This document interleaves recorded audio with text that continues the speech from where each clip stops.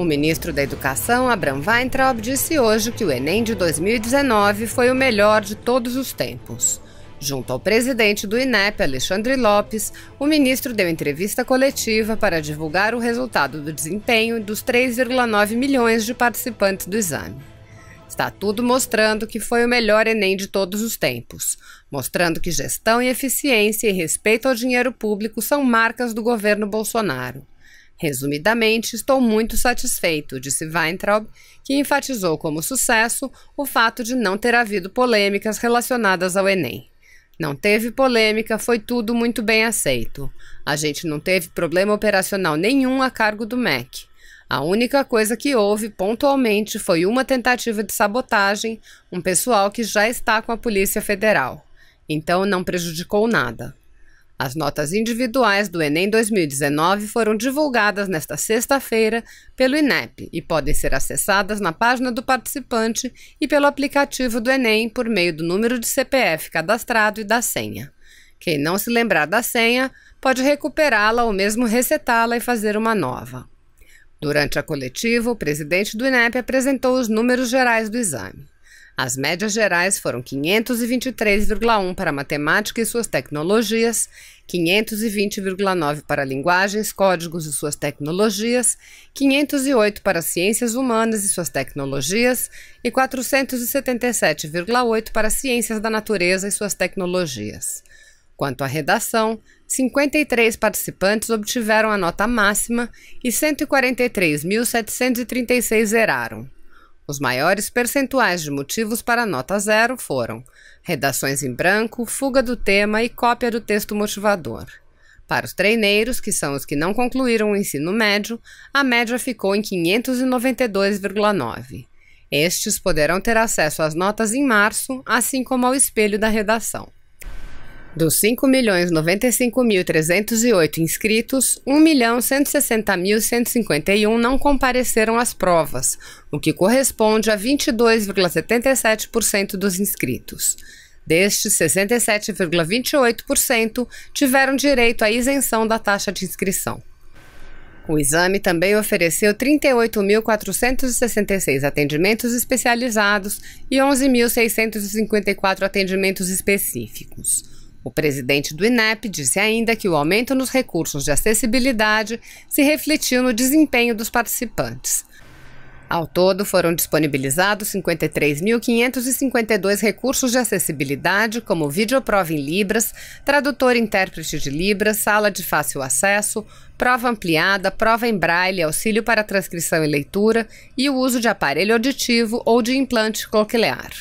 No caso dos participantes surdos, quando a gente colocou mais recursos para eles fazerem as provas, houve um aumento substancial no desempenho dos surdos, disse Lopes.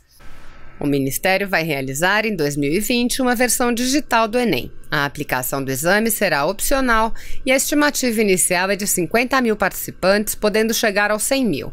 As provas ocorrerão nos dias 11 e 18 de outubro, antes do Enem tradicional, marcado para os dias 1º e 8 de novembro. A implantação do Enem digital será progressiva, com previsão de consolidação em 2026. O aluno vai optar entre uma das versões do Enem. A orientação do jurídico é que a escolha seja por ordem de inscrição. O exame vai ser aplicado em 15 capitais. O candidato vai selecionar a cidade e vai pedir a inscrição. Se tiver a vaga, ele se inscreve. Se não tiver, ele será direcionado para fazer a inscrição no Enem tradicional, informou Lopes. As informações são da Agência Brasil. Assista a coletiva. E o presidente do Instituto Nacional de Estudos e Pesquisas Educacionais, Anísio Teixeira, Alexandre Lopes. Para a abertura, tem a palavra o ministro de Estado da Educação, Abraham Weintraub. Muito bom dia. Estamos aí agora divulgando os resultados do Enem. Tudo mostrando que foi o melhor Enem de todos os tempos e tudo caminhando para comprovar que gestão e eficiência, respeito ao dinheiro público são características do governo Bolsonaro e o MEC está entregando tudo isso, inclusive agora com acesso aos resultados, através de um site, tudo eficiente. Vamos esperar só esse finalzinho, às 10 horas agora vai começar o acesso oficial às informações, tudo deve rodar muito bem. Então, resumidamente, estou muito satisfeito. É isso. Sua palavra, vou passar a palavra para quem realmente trabalhou, que foi o INEP, a equipe do Alexandre. Eles realmente fizeram um trabalho excelente. Eu queria parabenizar todo mundo que está envolvido nisso. Evidentemente, eu sou apenas a pessoa que está na linha de frente. Quem carrega o piano mesmo, uma série de profissionais, e cada vez mais eu acredito e confio que se o brasileiro tiver condições de trabalho, tiver oportunidade, ele tem condição de entregar resultados iguais ou melhores do que americanos, do que europeus ou asiáticos. Então, resumidamente, toca a ficha aí, Alexandre. Obrigado, ministro. Agradecer a presença da nossa equipe aqui do INEP, responsável pela edição do Enem. Vocês estão de parabéns. A sociedade reconhece o trabalho de vocês, não somente o ministro, mas a sociedade também. Vamos, então, aos resultados, por favor. Esse foi o Enem com a maior taxa de participação na história. Dos 5.095.000 inscritos, 3.935.237 estiveram presentes, 77,23%.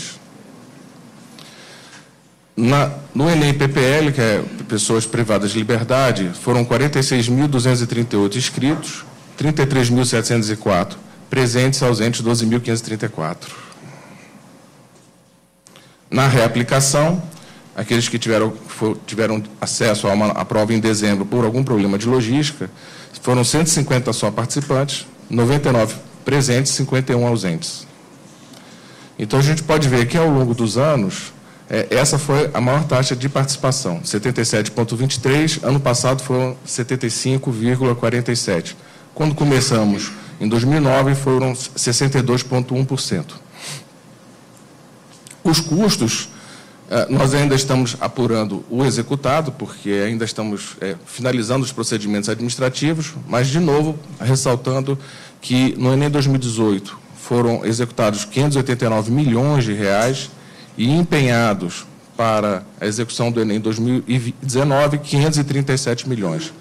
Então, nós fizemos o melhor Enem da história com menos recursos. E o custo por prova, por participante, também diminuiu, de 106 para R$ 105.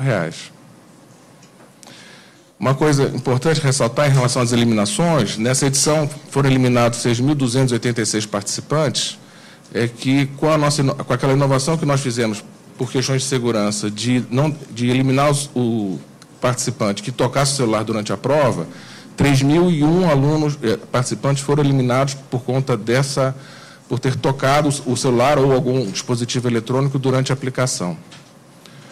E os outros, portando material proibido, 1.265, sair da sala contra as regras do edital 929, eliminações, não guardar os objetos pessoais no porta-objeto, 246, portar aparelhos eletrônicos após entrar na sala, 173, portar armas de qualquer espécie, 11 pessoas foram eliminadas.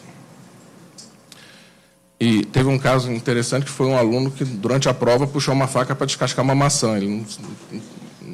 E aí foi eliminado. Próximo.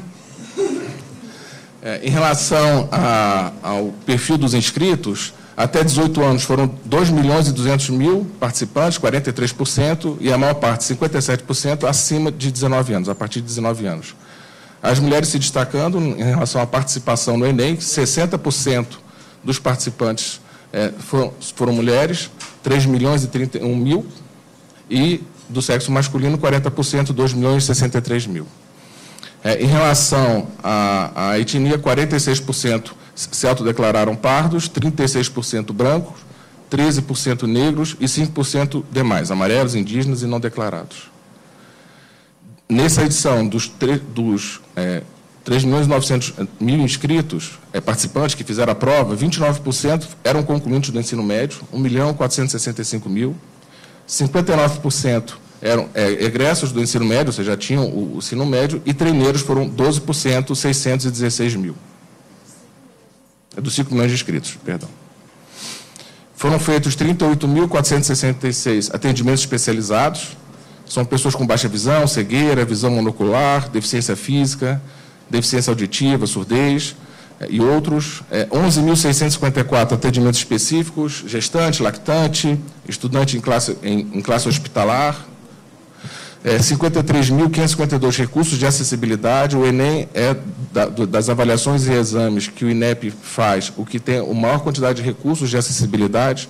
Então, nós fazemos videoprova em Libras, disponibilizamos tradutor ou intérprete de Libras, sala de fácil acesso para aquelas pessoas que têm dificuldade de locomoção, prova ampliada, prova em braille, auxílio para transcrição e leitura, aparelho auditivo ou implante coclear. E, na edição desse ano, 394 participantes tiveram tratamento pelo nome social também. Em relação à redação, 53 participantes, na edição 2019, tiraram a nota máxima. 143.736 zeraram a redação. E os principais motivos deles terem zerado a redação foi 56.000 deixaram a redação em branco, 40.000 fuga do tema, 23.000 cópia do texto motivador e outros 22.902. A proficiência média da redação no Enem 2019 foi de 592,9 pontos. 53 tiveram a nota máxima, a redação nota 1.000, e 143.000 tiveram nota 0.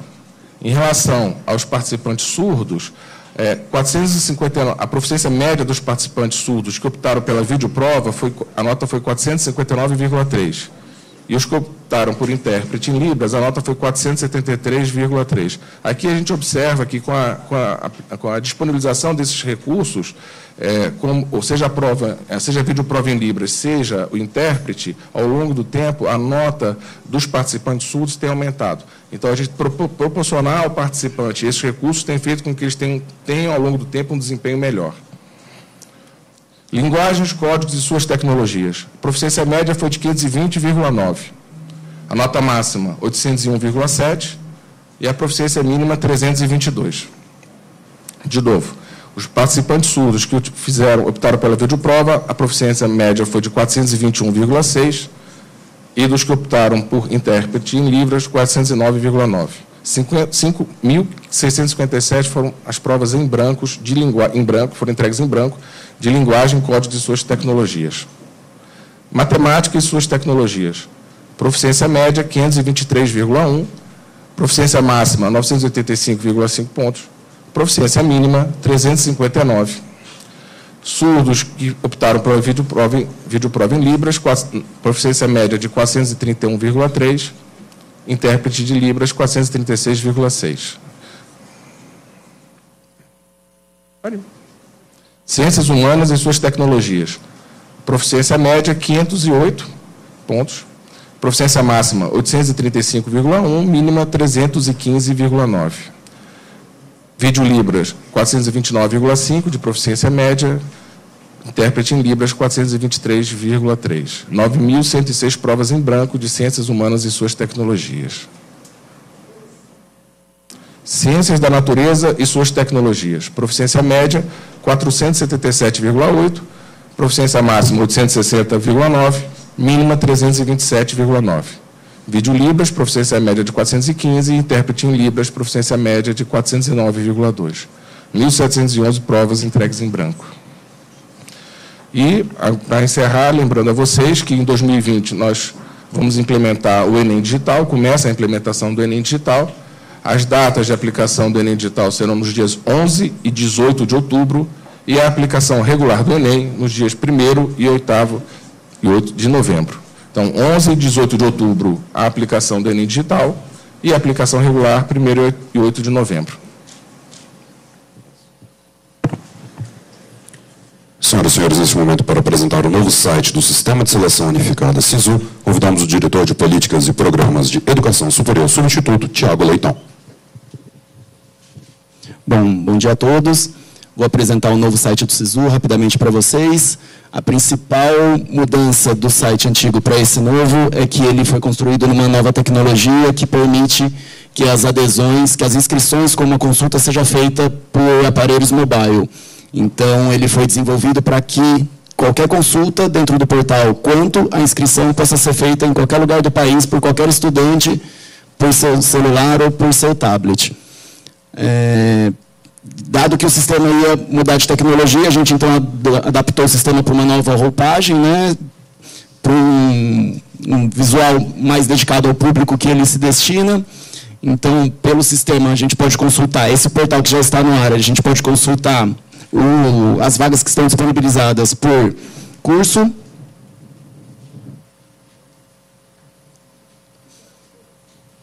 se nós quisermos. E aqui teremos todas as vagas disponíveis por estado dentro desse curso. A gente pode consultar também. Vamos lá. Por município. Então, temos todas as vagas que estão disponibilizadas dentro do município de Brasília, ou também por alguma instituição de ensino. Então, temos aqui todas as vagas que estão destinadas pela USP ao SISU. Dentro do portal, a gente pode consultar todas as demais informações do programa, como todo o cronograma, informações de participação, quem pode participar, como ele funciona e como se inscrever. No link de vagas, a gente facilita a vida do estudante, mostrando os municípios que têm vaga no SISU por estado. Então, ele pode aqui identificar quais são os municípios que participam dentro de cada estado, as instituições também dentro de cada estado, e os cursos que estão disponíveis dentro dessa plataforma de 2020. Além disso, essa novidade, essa aba relatórios é uma novidade. Aqui, qualquer cidadão pode baixar uma tabela em Excel que disponibiliza todos os microdados da oferta do SISU 1 de 2020. Então, temos na primeira aba um dicionário das variáveis, e aqui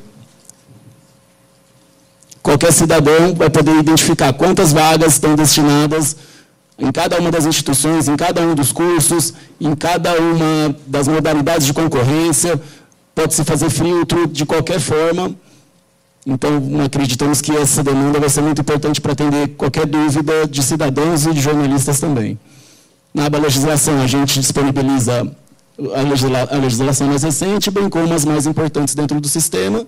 E a aba contato, cidadão, caso tenha alguma dúvida, ele pode escrever uma pergunta para o Ministério da Educação pela via Fale Conosco, ou ele pode ligar diretamente no 0800 61 61 61 para falar com um dos nossos atendentes. Então, esse é o novo sistema, o novo portal do SISU. O sistema vai estar disponível a partir do primeiro dia de inscrição, que é o dia 21. E é por aqui que o aluno vai entrar dentro do novo sistema, que também foi desenvolvido nessa nova tecnologia Mobile First. Então, esses são as principais novidades dentro do portal e do sistema.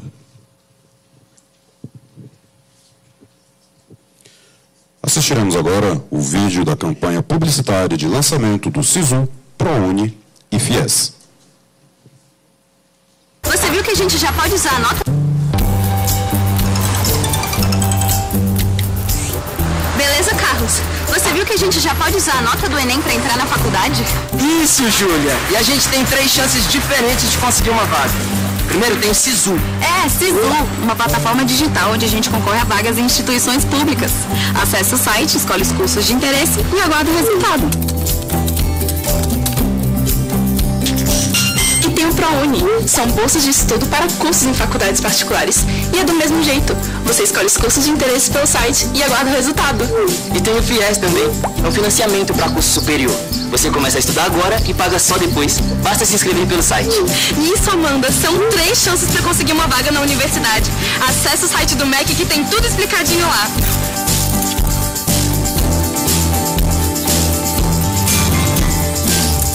Ministério da Educação, Governo Federal, Pátria Amada Brasil.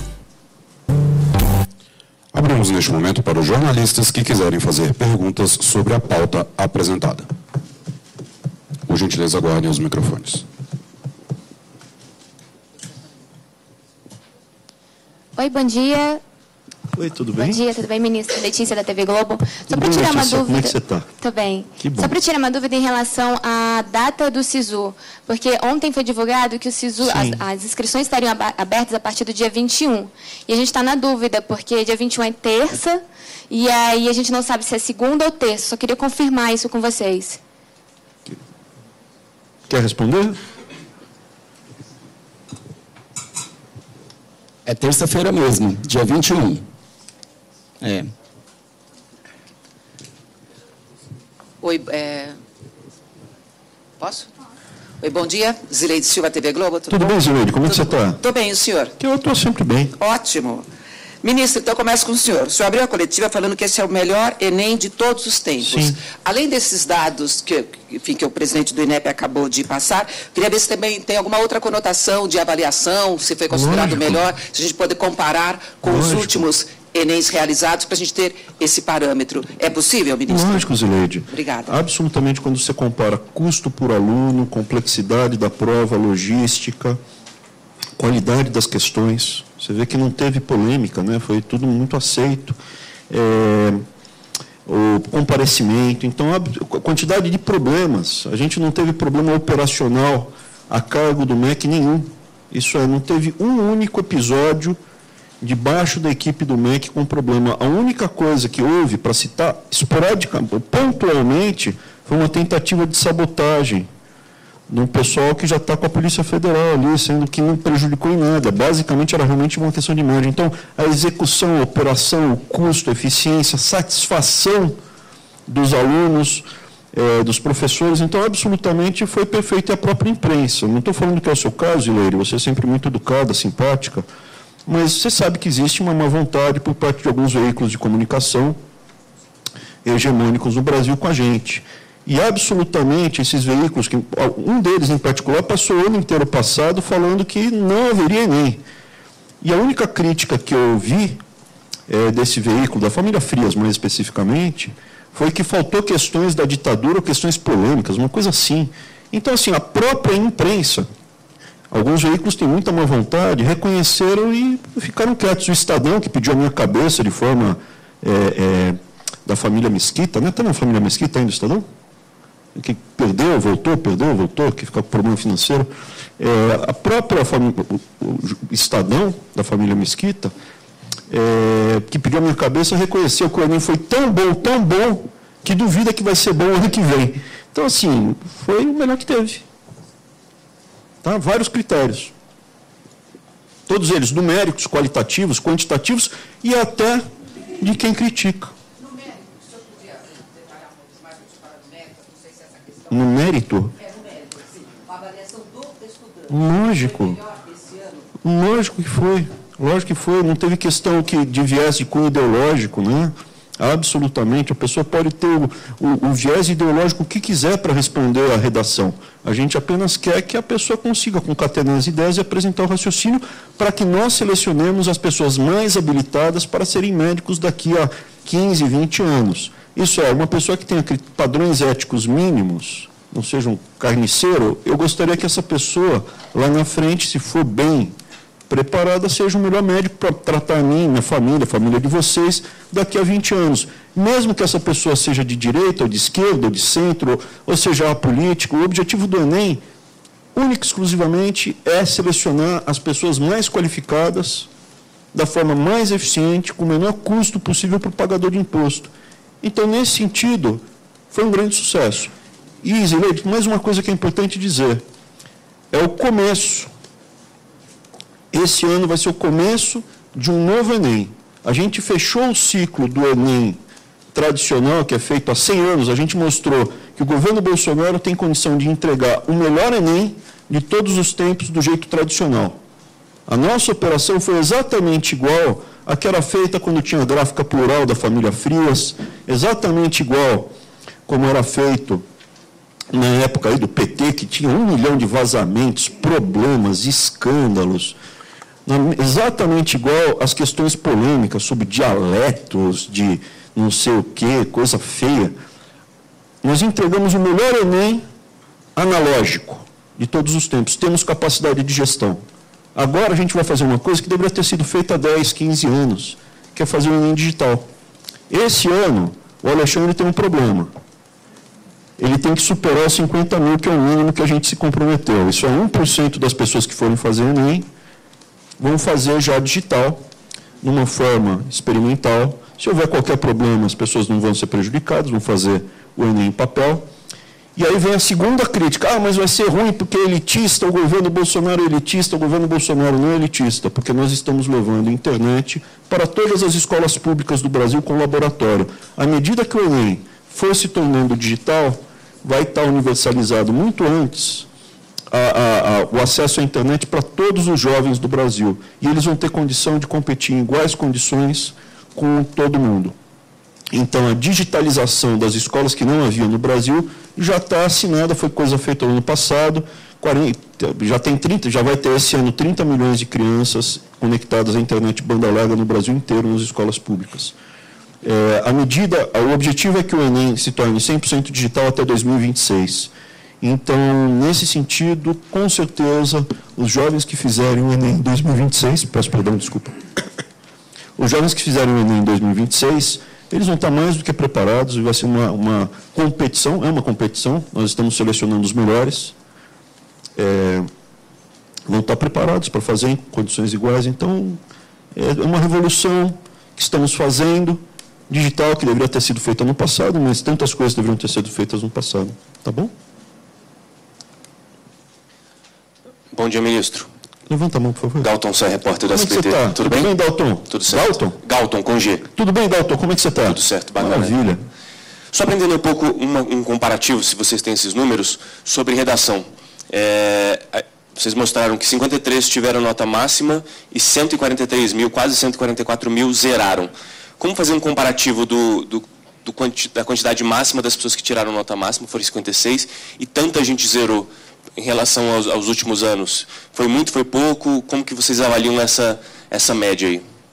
Não, o critério do Enem não é para ver se a pessoa vai tirar... Para saber se a qualidade do Enem é melhor ou pior, não é pela nota da redação. Eu, se tivesse... Assim... Oi? Entre fazer uma redação com um texto sobre um dialeto de travestis, que eu nem sabia que tinha um dialeto de travestis, para mim são pessoas que falam português, e o tema que foi do último Enem, eu preferia ter feito do último Enem. Agora, a quantidade de zeros ou 10 não vai dizer a qualidade do tema, perfeito? O que nós nitidamente falamos é que não há viés ideológico na colocação da questão. Você poderia responder à última redação com uma abordagem técnica, científica, com uma abordagem de esquerda, com uma abordagem mais de direita, mais liberal, de mercado. Então, realmente era para ver, tá? A nota da redação não indica se foi melhor ou pior o Enem. Ministro, bom dia. Vinícius. Tudo bem, Vinícius? Como é que você está? Muito bom dia. De onde, perdão? Do Jornal Estado de São Paulo. Pois não. No Enem 2019, houve aquela comissão que analisou as questões do banco de questões, e aí foram selecionadas lá 66, que nelas haveria ali alguma controvérsia e tudo mais. Queria saber se para o Enem seguinte, essa comissão continua ativa e quais são os planos do Ministério para a atuação dessa comissão, que deve ali olhar questões ideológicas das questões. Houve uma revisão do banco de itens. A portaria não criou uma comissão para avaliar ideologicamente provas. Houve uma revisão do banco de itens. A revisão do banco de itens, a análise do banco de itens, ela ocorre de forma permanente. Então, permanentemente, nós olhamos o banco de itens para saber se a questão está atualizada, se ela perde enfim, se ela continua adequada, se ela pode ser aplicada. Nós vamos, sim, editar uma nova portaria com uma nova comissão, com os termos um pouco diferentes, mas a gente vai fazer isso de novo. E faremos isso sempre, porque é importante dar essa transparência. Que sentido? De que como que a gente faz a gestão do nosso banco de itens? Nós vamos editar portarias com as regras gerais para todas as aplicações de avaliações e exames do INEP, tornando mais claro para a sociedade como que as provas são elaboradas, como as comissões são selecionadas, quais são os critérios de seleção das comissões de especialistas, quais são os roteiros de produção de provas e como que a gente faz a gestão do banco de itens. A gestão do banco de itens é uma coisa que sempre aconteceu, e nós vamos trazer, sim, criar sim uma comissão, continuar mantendo comissões para analisar a qualidade técnica das nossas questões do nosso banco de itens. Não é uma comissão de análise de ideologia, nada disso. É uma comissão para análise técnica da qualidade do nosso banco de itens. Eu queria só reforçar, não tem viés ideológico, ponto. A gente não quer dar viés ideológico e, mais do que palavras, fatos. Então, peguem o último Enem e me mostrem questões ideológicas de direita. Ponto. Porque agora já tem aqui, eu estou aqui já, essa equipe está aqui já há 360 dias, 370, não, 260 dias, perdão, 260 dias. Então já temos 260 e poucos dias aí de equipe. E já tem resultado para mostrar. Ah, vai acabar com a educação. Não vai acabar com a educação. Vai faltar dinheiro para as universidades. Pelo contrário, agora estamos inaugurando um monte de obras que estavam paradas há 5, 10 anos. Um monte. Não está saindo uma nota na imprensa. Daqui a pouco a gente vai mostrar aos reitores. Ah, vai avultar o salário dos professores. Ontem o presidente anunciou um aumento para os professores do ensino fundamental de 12,85%. Não saiu na imprensa, saiu pouquíssimos veículos, saiu uma notinha pequena. Então, assim, tem fato já, gente. Para de discutir. A gente já soltou o Enem. Achem uma questão ideológica no Enem passado. Achem um defeito do Enem passado. A Folha soltou aí, né? Não tem questão polêmica. Mas é piada. Ministro. Pois não. Bom dia. Bom dia. Renata Varandas, da Record. Pois não. Ministro, as médias, você expõe aqui as médias gerais, 523 pontos para matemática, enfim, 520 para linguagens. A gente consegue fazer um comparativo com o Enem passado, mas com os números, tanto para matemática, linguagens e ciências da natureza? Sim, é possível. É possível fazer. Podemos finalizar. Mas é importante entender que isso não mede a qualidade da prova e da execução do Enem. E mesmo que fossem questões da mesma complexidade, exatamente da mesma complexidade, ela não mediria a qualidade da execução da prova do Enem. Mediria o quê? Por exemplo, o PISA, ele mede... Quando a gente olha o resultado do PISA, a gente não vê a qualidade da prova do PISA, a gente vê o que foi feito no passado. Tá? Então, em termos de execução, qualidade, problema, qualidade das questões, eu acho que é inquestionável. Tá? Os professores todos estão elogiando, gente, para. Tá? A prova, as questões, como a gente usa a teoria da resposta ao item, as questões são comparáveis. O grau de proficiência das provas, as proficiências são comparáveis ao longo dos anos. Sim, isso é verdade. Mas é isso, a prova ela mede o nível de proficiência dos participantes. Então, o resultado é o resultado assim, qual é o nível de proficiência daquele conjunto de participantes, aqueles que estão saindo agora do ensino médio e aqueles outros que estão fazendo o Enem. Então, a qualidade, o resultado é o resultado das pessoas que estão fazendo a prova, não é a qualidade da prova em si. A prova, o que mede a qualidade da prova é o fato de que a gente aplica as provas com a teoria da resposta ao item, a gente consegue garantir comparabilidade, o uso da teoria da resposta ao item garante que a gente consegue oferir a proficiência correta em qualquer área de conhecimento. Então, a gente não é... Se fosse uma prova clássica, uma prova sem ser pré-testada, você pode ter uma mão mais pesada ou mais leve na prova. Isso não acontece. Então, você pode fazer questões mais difíceis ou questões mais fáceis, isso refletir na nota do aluno. Com a teoria da resposta ao item, isso não acontece. A gente consegue fazer com que a prova ela tenha, assim, digamos, o mesmo peso. O resultado numérico da proficiência média é o resultado da qualidade da educação brasileira. Então, a gente, por exemplo, a gente observa que, no caso dos participantes surdos, quando a gente colocou à disposição deles mais recursos para eles fazerem a prova, seja videoprova em Libras ou intérprete, houve um aumento substancial da nota dos surdos. Antes, quando eles faziam a prova simplesmente na língua portuguesa, assim, sem tradução para Libras, a proficiência média era em torno de 250 pontos. E agora já está na fase de 400 e poucos pontos. Então, isso é técnica. Isso é técnica. Entendeu? Uma coisa é a técnica, outra é o conhecimento do aluno. Então, o Alexandre mostrou uma falha técnica que havia no passado. É importante ter em mente, existe muita ciência, no sentido aristotélico, de comprovação científica, observância do método e resultados, para a gente chegar a uma prova dessa. Por isso que a questão, agora eu não lembro qual foi a colega que perguntou, ou o colega que perguntou do grupo que faz a avaliação do banco de questões. Existe um banco de questões que é construído ao longo do tempo. Esse banco de questões ele passa por um filtro para ver se as questões que foram selecionadas estão adequadas. Tá? O objetivo não é doutrinar. O objetivo é selecionar para o Enem selecionar as pessoas que podem vir a ser os melhores médicos, engenheiros no futuro.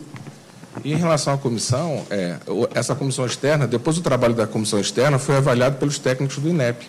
Então, na verdade, tem um viés consultivo, né, de ajudar. Então, a comissão externa olha o nosso banco de itens e apontou algumas questões do ponto de vista técnico que deveriam ser revisitadas, enfim, ou não aplicadas. Depois, a equipe técnica, que está aqui, que é o Eduardo, a equipe técnica do INEP olhou o trabalho da comissão e, em algumas situações, mais de 30 situações, concordou com a opinião da comissão técnica.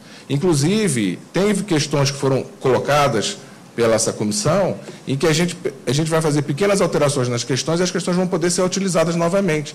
Então, isso é um trabalho técnico de gestão do banco de itens. Então, tem certas coisas que a equipe técnica observou que o item precisa ser melhorado para ele poder entrar nas provas futuras. Então, não é uma exclusão dos itens. A gente olha os itens, recebe assim como a gente faz avaliações externas da educação, a comissão externa também ajuda a gente, é uma opinião externa sobre a nossa qualidade de itens. Isso vai no sentido de aprimorar a qualidade das questões que nós colocamos no Enem. Bom dia, Paulo Saldanha da Folha. Ministro, o senhor comentou que não caiu ditadura no Enem e relacionou isso a questões polêmicas. Queria saber se o senhor entende que a ditadura é uma questão polêmica ou que não deve cair no Enem. Eu tenho outras duas... Falhou o microfone. O senhor comentou sobre o piso dos professores. Queria saber qual que é a estimativa do MEC, e conversa aí com os governos e prefeituras, para a aplicação do piso, uma vez que os governos têm tido orçamentos aí muito sufocados em relação, principalmente ao pagamento do piso. E aí, uma última pergunta, 7 ministérios receberam dinheiro do Fundo da Lava Jato e só o MEC não empenhou nada no ano passado. Eu queria saber por quê. Posso começar pela última? Então, do mesmo jeito que você escreveu que não ia ter Enem o ano passado, você soltou uma matéria hoje falando que o dinheiro, esse 1 bilhão, vai ser perdido, a gente não utilizou. Do mesmo jeito que você estava errado ano passado, e a Folha estava errada, a Frias estava errado, eu estou afirmando que a gente vai utilizar esse 1 bilhão esse ano para o maior projeto do mundo ocidental de creches que já foi feito. Esse ano a gente vai lançar o maior projeto de colocar crianças pobres em creche. Então, assim, guarda para colocar na parede mais um erro teu. Essa é a primeira. Por que não foi usado, ministro? Não foi usado porque não estava pronto o projeto. A gente não quer gastar o dinheiro como era feito no passado, quando o Enem era feito pela gráfica plural da família Frias. Entendeu? A gente quer gastar o dinheiro do pagador de imposto bem, com respeito, um dinheiro suado, fruto de trabalho da imensa maioria da população, que não tem as benesses do BNDES, isenções tributárias e relações privilegiadas. A população sofre para pagar imposto. Então, esse 1 bilhão de reais tem que ser bem aplicado. Não sei de onde você tirou que esse dinheiro foi jogado fora. Não está dito isso na matéria. Entendeu? Não sei de onde foi tirado que esse dinheiro não será aproveitado. O dinheiro do pagador de imposto, 1 bilhão de reais, é muito dinheiro. Talvez não para a família Frias, mas para o pagador de imposto é muito dinheiro, Saldanha. Então, do mesmo jeito que você errou o ano passado, falando o ano inteiro que não ia ter Enem, eu estou falando que você está errado ao falar que a gente jogou fora esse 1 bilhão de reais. Ponto. Tá bom? Beleza? Tem outras duas perguntas daí. Quais são as outras duas? Quer mais? Vamos lá. Em relação à ditadura e em relação... A ditadura, assim, vamos falar da ditadura do Maduro. Ontem eu estava com um monte de criança venezuelana que subiu uma serra a pé com os pais, entendeu? Isso eu consigo falar. Deixa eu responder, eu vou falar, me deixa pelo menos evoluir, desenvolver o raciocínio. Deixa eu desenvolver o raciocínio. Entendeu? Ontem eu vi ali, no Palácio, uma cena que me revoltou. Devia ter umas 80 crianças que subiram a serra para chegar a Roraima, a pé, com os pais, uma situação terrível. Alguns pais ficaram, famílias divididas, uma ditadura fascínora da Venezuela. Você pega Cuba, você vai aos Estados Unidos, né? Porque dado que tive a oportunidade, você vai para os Estados Unidos, você vê 20% da população cubana saiu de boia daquela ilha maldita. A ilha não é maldita, o regime é maldito. Então, assim, para mim, ditadura é isso, uma situação muito pesada.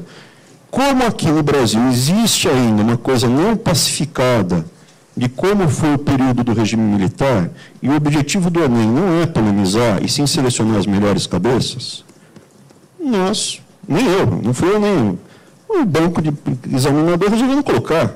Não é para ter questão polêmica, não é para selecionar os futuros jornalistas da família Frias. O objetivo aqui, objetivamente, muito claramente, é devolver para o pagador de imposto o dinheiro. Qual é a última questão que você fez? Isso não foi uma decisão do MEC e do INEP não colocar a questão. Não foi uma decisão, eu não participei da decisão, já falei isso. Eu não vi aqui a prova antes, para de inventar isso, pô. Não houve nenhum tipo de orientação com relação a temas que deveriam entrar ou sair da prova. Essa época ficou no passado. Não existe. Isso daqui, nós temos respeito pela sociedade. Teve orientação da redação para você escrever suas matérias? Não houve, não há e não haverá nenhum tipo de orientação do que deve entrar ou sair da prova de qualquer exame ou avaliação do INEP. Além do Enem, estamos recebendo muitos elogios das instituições de ensino superior em relação à qualidade da prova do ENAD do ano passado.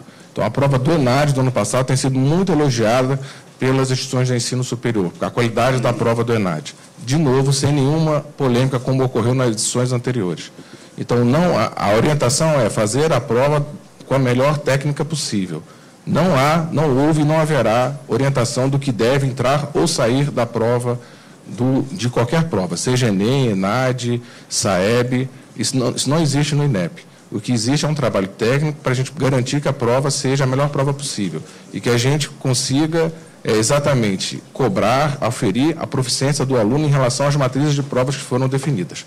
E, em relação a isso, qualquer tipo de questão pode entrar, desde que esteja bem claro o que está se querendo cobrir da matéria. A questão não é o tema que entra ou proíbe. Tudo pode entrar, qualquer assunto pode entrar na prova, desde que seja um item bem feito que cobra a matriz de prova. É isso. Eu não vi a prova antes, o Alexandre também não viu. Simplesmente, se houver questões erradas, os responsáveis vão marcar pela decisão errada. Ok?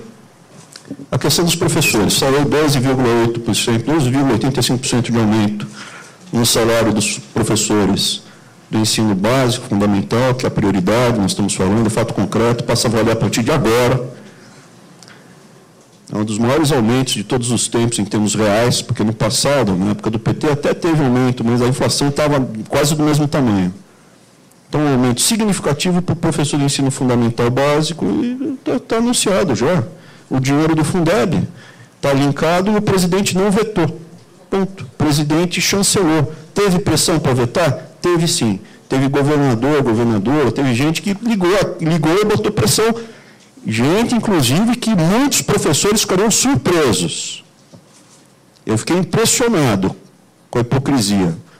Muita gente que os professores ficariam surpresos tentaram impedir esse aumento para os professores de ensino fundamental, para o ensino básico, que são os heróis da educação do ensino do Brasil, quem segura a canetinha e foi deixado para trás. E mais coisa vem, a gente vai resgatar. De novo, respondendo objetivamente, começa a aparecer dados concretos, aumento de 12,85% para os professores de ensino fundamental básico. O Enem já tem fatos concretos. 5 universidades instaladas, fato concreto. Um monte de prédios e instalações que estavam parados sendo inaugurados agora no primeiro trimestre. Um monte.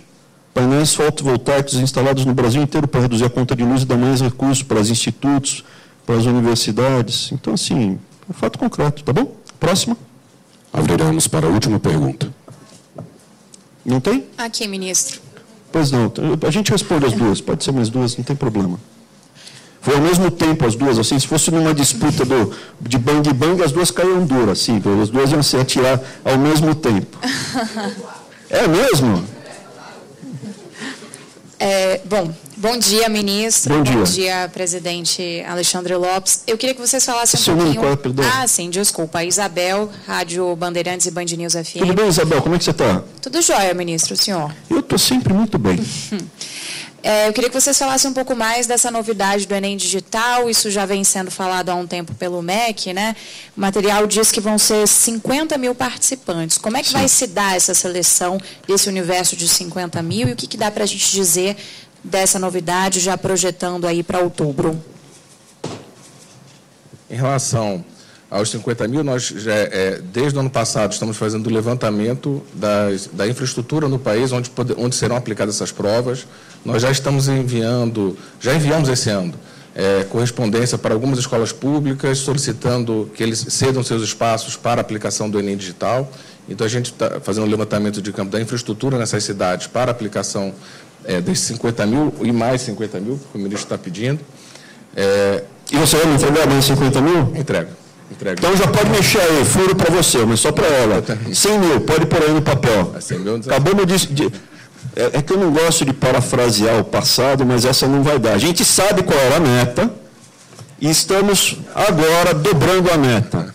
Tá? Mas a gente sabe qual era a meta. De 50 para 100 mil. Ele acabou de fechar comigo. Mas fica tranquilo, eu não cobro não, né? Nas reuniões com a equipe, eu não cobro o resultado não, né? Pode anotar, é 100 mil para esse ano. Aí a gente entrega. A gente tem entregado. Tem feito um ótimo trabalho. A equipe está de parabéns mesmo. Então, desde então, a gente tem trabalhado, fazemos regularmente reuniões de pontos de controles com relação ao Enem Digital. Nós já definimos qual vai ser a tecnologia, que não vamos divulgar agora, mas já temos a tecnologia definida de qual vai ser a aplicação. Nós já estamos agora formalizando os processos básicos para a contratação, para fazer as contratações necessárias para a execução do Enem tradicional e o Enem digital. Então, toda a parte de elaboração, de infraestrutura, está dentro do cronograma, está sendo feito com base em reuniões regulares, entre todas as equipes envolvidas, a área pedagógica, a área de logística, a área de tecnologia da informação, todos conversando juntos ao mesmo tempo, para poder justamente a gente conseguir entregar. Então, já definimos a tecnologia, já estamos selecionando os locais de prova, nós já fizemos... no passado, pré-testes de itens da questão do Enem Digital, então nós já pré-testamos questões para Enem Digital, além dos nossos pré-testamos também questões para o nosso Enem tradicional. Então a gente já tem banco de itens para aplicação digital, o nosso banco de itens está robustecido, nós já temos então os locais de prova e com relação a como vão ser selecionados, ele é opcional para o aluno, né? Então, o aluno ele opta, ao fazer a inscrição, ele vai optar por fazer o Enem tradicional ou o Enem digital. A orientação que nós temos do nosso jurídico é que seja por ordem de inscrição. Então, o aluno ele pode se inscrever, são 15 capitais. Então, o aluno poderá, porque o aluno, se quiser, pode fazer o digital também em outra cidade. Ele não precisa fazer necessariamente na cidade onde ele vive, ele pode querer fazer em outra cidade. Então, ele vai selecionar, o candidato vai selecionar a cidade e vai pedir a inscrição. Se tiver a vaga, ele prossegue na inscrição digital. Se já tiverem esgotadas aquelas vagas do Enem digital, ele vai ser, então, redirecionado para a inscrição eletrônica para a inscrição no Enem tradicional. Então, a gente está fazendo as adaptações do sistema, porque é isso. Então, o aluno entra, ele vai optar, quer o Enem digital ou o Enem tradicional. Enem digital, então, segue uma rotina específica para a sua inscrição. Se já não tiver mais vagas nas cidades, ou na cidade onde o participante quiser fazer, ele vai ser redirecionado ao módulo de inscrição tradicional. Então, vai ser assim. A gente, em breve, nós soltaremos os editais com todos os esclarecimentos em relação às aplicações. Pensando assim em risco, se do universo de 5 milhões de brasileiros que se inscrevem para fazer o Enem, não tiver 100 mil que queiram fazer eletrônico. Daí é uma resposta que o consumidor do serviço, que eu penso muito ainda com a cabeça da iniciativa privada, o meu consumidor, o meu cliente, não quer o serviço que a gente está ofertando. Então, isso é como os americanos falariam, né, um leap of faith. Estamos indo numa crença que existe a demanda, as pessoas vão gostar muito de fazer o Enem digital, que eu acho que é muito mais eficiente para você. No futuro, quando a gente terminar a transição, você vai marcar o seu dia, o horário que você vai fazer, você se dirige para lá, sem susto. No futuro, a pessoa tem um problema, bateu o carro, o ônibus atrasou, teve um piriri, remarca, não perde o ano. Então, assim, eu acredito que todo mundo vai querer fazer o Enem digital, quase todo mundo vai querer fazer o Enem digital. Se vocês quiserem fazer a pergunta, né, que prova que você fez, que estudo de campo que você fez, isso a gente não fez. Tá? Não existe um estudo de campo, foi feito numa crença, um leap of faith. Posso? Está tendo estudo, a Alexandre falou que fez um estudo, então. Pronto, eu estou errado. Furo, o ministro da Educação erra. Pronto. Foi feito um estudo prévio? Tá bom. Tá bom. Presidente Alexandre. A média geral, quando comparada com o Enem do ano passado, diminuiu. O G1 acaba de fazer esse levantamento. Pelo que o senhor disse, o TRI, o TRI, não permite a comparação? É isso? Não tenho como fazer isso? É o contrário. Veja então, bem, é o contrário. Por favor, me esclareça. Justamente o contrário. Justamente pela teoria da resposta ao item, ela permite essa comparabilidade. Tá? Só que, veja, a comparabilidade ela existe, isso permite. Você permite comparar ao longo do tempo, não somente ao longo do tempo, mas com relação às edições também. Porque, veja, a gente faz o Enem ele é aplicado em 2 momentos. Ele tem a aplicação regular e tem a aplicação para as pessoas privadas de liberdade e para aqueles, que é uma reaplicação, para aqueles que, por algum motivo, não conseguiram fazer a prova no primeiro dia por problemas de logística, então são redirecionados à reaplicação. Vou dar um exemplo. Falta luz na escola. Isso acontece. No Enseja, por exemplo, teve um caso em que um carro bateu no poste e cortou a luz da escola onde estava sendo feito o Enseja. Conseguiram religar a tempo a energia elétrica e a prova continuou. Mas digamos que falte a luz, o aluno não consegue, ficou escuro, ele não consegue terminar a prova. Ele foi prejudicado não por uma razão dele, mas por uma questão de logística. Então, esse é um exemplo em que a gente reencaminha esse participante para a reaplicação. Então, são 2 provas com questões diferentes. Então, todo ano nós fazemos 2 provas com questões diferentes. Pelo fato de utilizarmos a teoria da resposta ao item, a gente consegue assegurar que as duas provas elas têm, vamos chamar assim, o mesmo nível de dificuldade, que é isso que vocês estão, parece que é isso que vocês estão querendo avaliar, o nível de dificuldade da prova. A teoria da resposta ao item garante que as provas elas são comparáveis. E são comparáveis não somente então, na mesma edição, como em relação a todo o histórico de provas. Então, as provas elas são comparáveis, sim. Agora, o resultado da prova está me dizendo que ela avalia o quê? Uma sociedade, um público-alvo, uma população-alvo, que é o conjunto de estudantes que fizeram a prova naquela participação. Então, o que a gente pode dizer é como é que os alunos estão melhorando ou piorando, ou tendo um resultado melhor ou pior ao longo dos anos. Não é que a prova é melhor ou pior. Na verdade, a gente garante a comparabilidade. Tem aquela questão de, quando eu fiz, por exemplo, faculdade, sim, mesma matéria dada por professores diferentes, tem aquele professor que tem a mão mais pesada e normalmente reprova mais, tem um índice de reprovação maior, etc. Por quê? Porque esses professores não usam teoria da resposta ao item, as provas não são comparáveis. Então, quando você coloca 2 professores, cada um faz uma prova, o resultado numérico entre eles não é comparável. Um pode fazer uma questão mais pesada que o outro. Isso não acontece no caso do Enem. Então, no caso do Enem, você permite essa comparação, mas o resultado não é o resultado da prova, o resultado é o resultado dos alunos. Como é que aqueles alunos desempenharam, qual é a leitura que a gente tem, qual é a proficiência daqueles alunos em relação ao conteúdo que é cobrado no Enem naquele ano. Então, isso volta, na verdade, isso é uma orientação, isso serve para as escolas do ensino médio, públicas e privadas, perceberem como é que está a educação. A gente não dá o dado individualizado, mas a gente disponibiliza os dados anonimizados. Então, pesquisadores depois podem pegar o conjunto de notas anonimizadas, ou seja, eu não vou dizer qual foi a nota da Zileide, eu vou dizer que vai ficar ali e todas as notas. Os microdados são fornecidos. Então, depois os pesquisadores vão lá e vão querer estudar para tentar extrair dali informações que possam ser úteis para a educação.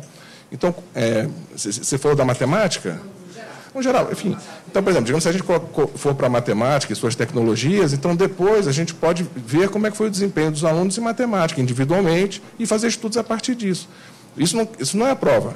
O resultado é o resultado dos alunos.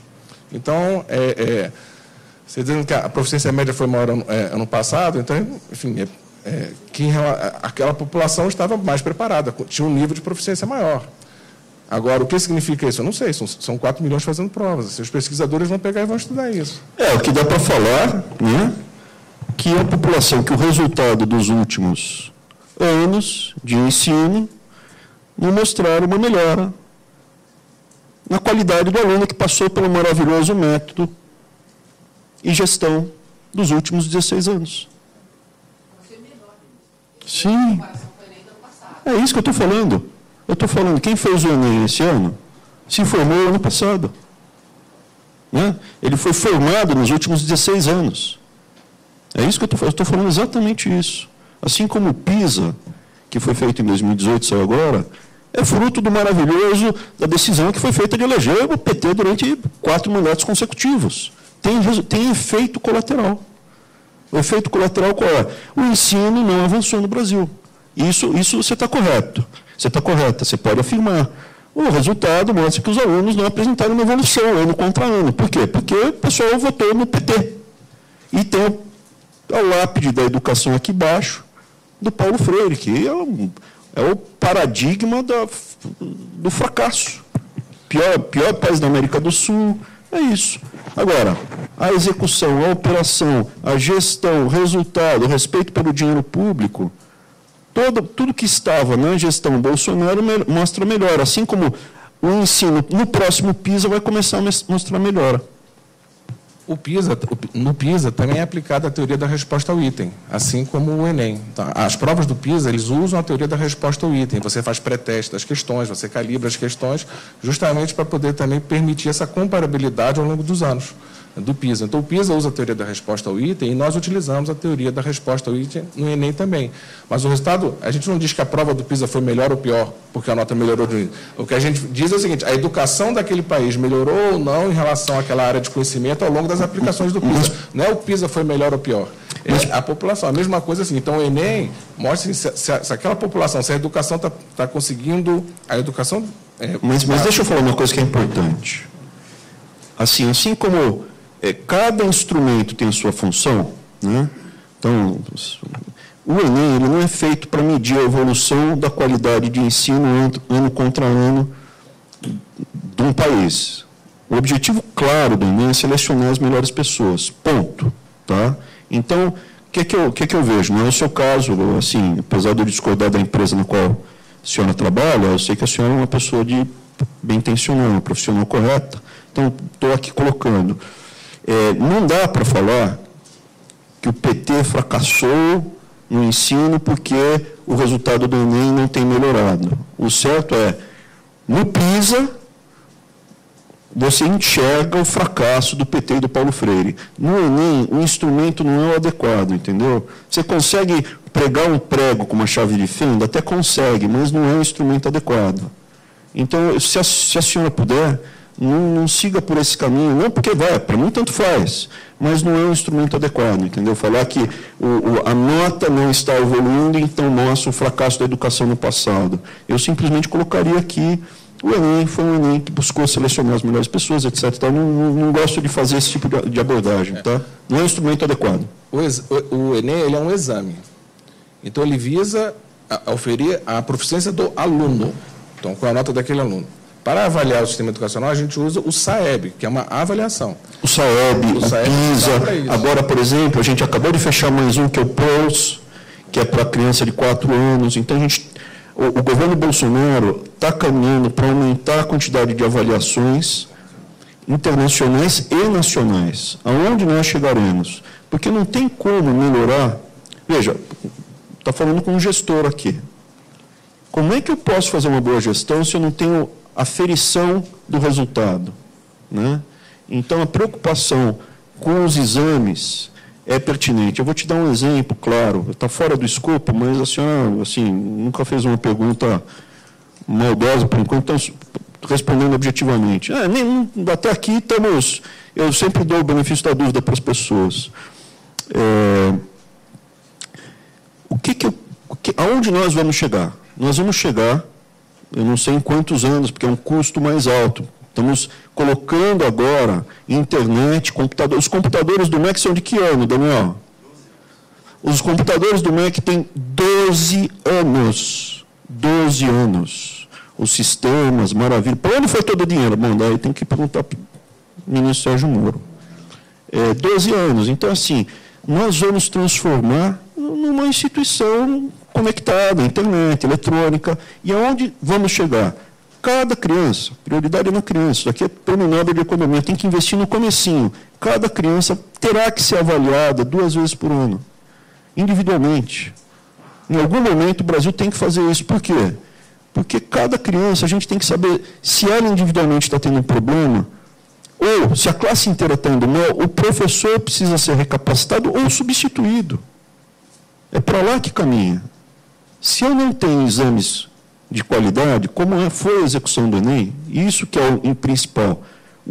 Não só o Enem, todos os exames menos famosos que aconteceram esse ano, no INEP, fruto do trabalho do Alexandre e de toda a equipe do INEP, são funcionários públicos de carreira, as pessoas que estão lá são as mesmas pessoas que estavam no passado.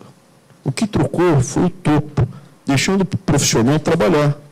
Eu tenho certeza que tem professores do ensino fundamental básico, de esquerda, que gostariam de ensinar as crianças a ler e escrever, não queriam doutrinar. Só que a técnica que é passada para eles é ruim. Aqui é técnica de gestão. O que melhorou? A gente deu liberdade para o pessoal trabalhar nos instrumentos. E eu acredito na boa-fé das pessoas, da maioria, não de todas.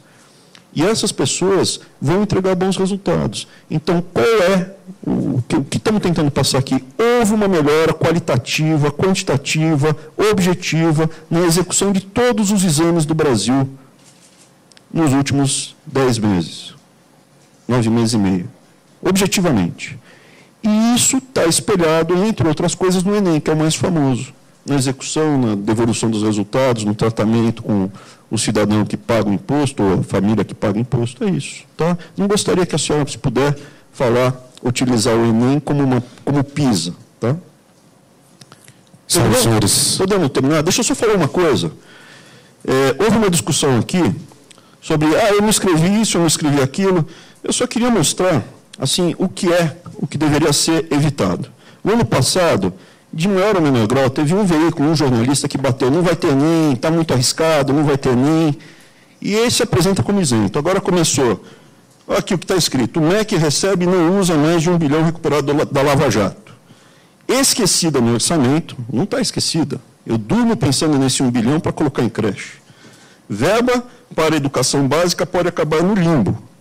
Isso é uma matéria porcaria, tá bom? E o profissional que escreve isso não é um profissional que eu tenho a menor respeito, é um profissional que, para minha opinião, perde completamente a credibilidade. E faço o desafio aqui. Se esse 1 bilhão for jogado fora, desperdiçado, evidentemente que eu vou abandonar meu cargo.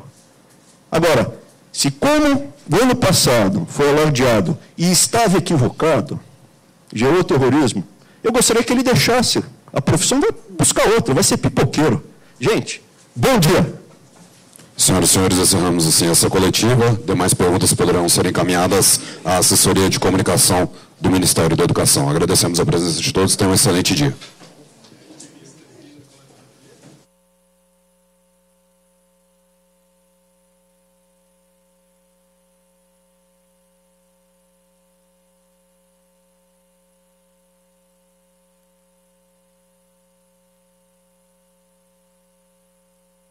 Se você apoia Jair Bolsonaro, curta este vídeo, manifeste a sua opinião e compartilhe para que a vontade do povo brasileiro seja conhecida. Inscreva-se no canal para ter acesso gratuito ao nosso conteúdo. Uma produção Folha Política.